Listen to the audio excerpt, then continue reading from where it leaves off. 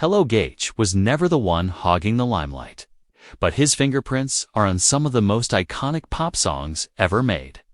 While others danced under spotlights and smiled for cameras, Benny Andersson stayed behind the scenes, building music that would resonate across decades. From modest recording studios in Sweden to sold-out arenas around the world, he witnessed the rise, slow collapse, and unexpected rebirth of ABBA.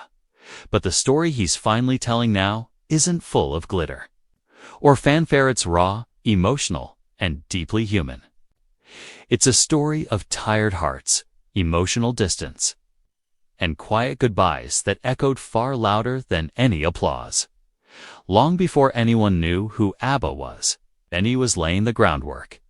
He was born in Stockholm in 1946 and raised in a working-class family where music was a beloved tradition, not a career aspiration. His father and grandfather introduced him to the accordion at just 6 years old. And from that point on, music became his world. He wasn't in it for fame. What pulled him in was the structure, the emotion, and the magic behind how music worked. He taught himself piano, could replicate melodies after a single listen, and was already performing for small crowds by age 10. He wasn't flashy, but he had an incredible ear and a natural sensitivity to musical emotion. By 18, Benny joined the Swedish band Hepstars, who were dubbed the Swedish Beatles. Thanks to his influence, their sound matured and their songs topped national charts. He quickly became known as the musical mind of the group, diving deeper into arrangement and production, skills that would define him later. It was at a party in 1966 that he met Björn Ulvaeus, a fellow musician with a shared love for harmony and structure. That chance meeting sparked a musical partnership that grew stronger with time. Benny brought the emotion, and Björn brought the clever wordplay. They clicked instantly as the two began working more closely. They also fell in love with two remarkable singers, Sagnatha Folkskog and Enifred Frida Lingstad. Their joint musical efforts would later be called ABBA. But before the slick name came along, they were just for artists experimenting and collaborating. Their big break came with Waterloo at the 1974 Eurovision Song Contest.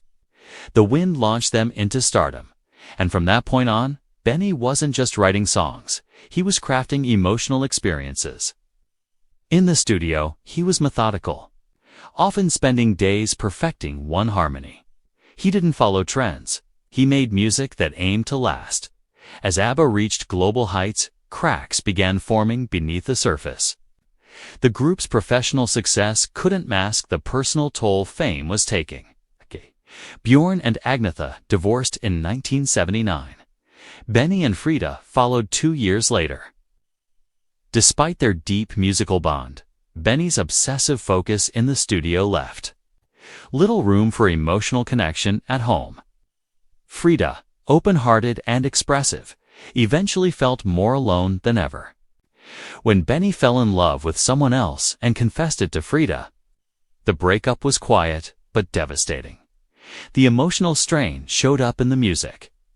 Their final album, The Visitors, was full of sadness, reflection, and emotional weight. The brightness had dimmed, and then, without drama or headlines, ABBA quietly vanished. No farewell tour, no press statement, no grand finale, just silence. Fans were left wondering why the world's most successful pop group simply disappeared. Rumors swirled for decades, but the truth stayed hidden. That changed in late 2024. When Benny sat down for a rare interview, for the first time, he was honest. He didn't sugarcoat it. "We were exhausted," he said, "not just physically, but emotionally." Their marriages had ended. The music started feeling forced and keeping up. Appearances became unbearable. His words confirmed what many suspected all along: ABBA ended not because of scandal, but because they simply couldn't go on. In another interview months later, Benny revealed that the final years felt like just going through the motions. The spark was gone. What once felt magical now felt like a job. There was no big decision to end things. It just unraveled naturally. And with that, a long silent question was finally answered. The sorrow in songs like Slipping Through My Fingers and The Day Before You Came wasn't just poetic, 'twas real. Lived pain set to music. He never blamed anyone. He didn't speak bitterly of Bjorn, Agnetha, or Frida. He spoke with the clarity of someone who had lived through it, processed it, and accepted it. What broke them wasn't betrayal, it was the fragile human inability to hold everything together when life gets too heavy. Frida's life after ABBA was equally surprising. She married into royalty in 1992, becoming a princess, but it wasn't a fairy tale. She found royal life emotionally stifling. The deepest blow came in 1998 when her daughter tragically died in a car crash. The grief was overwhelming, and Frida retreated from the public eye. But Benny reached out. Despite everything, their bond survived. He was there not to relive the past, but to acknowledge it with someone who understood. Then, out of nowhere, ABBA reunited in 2018 to record new music.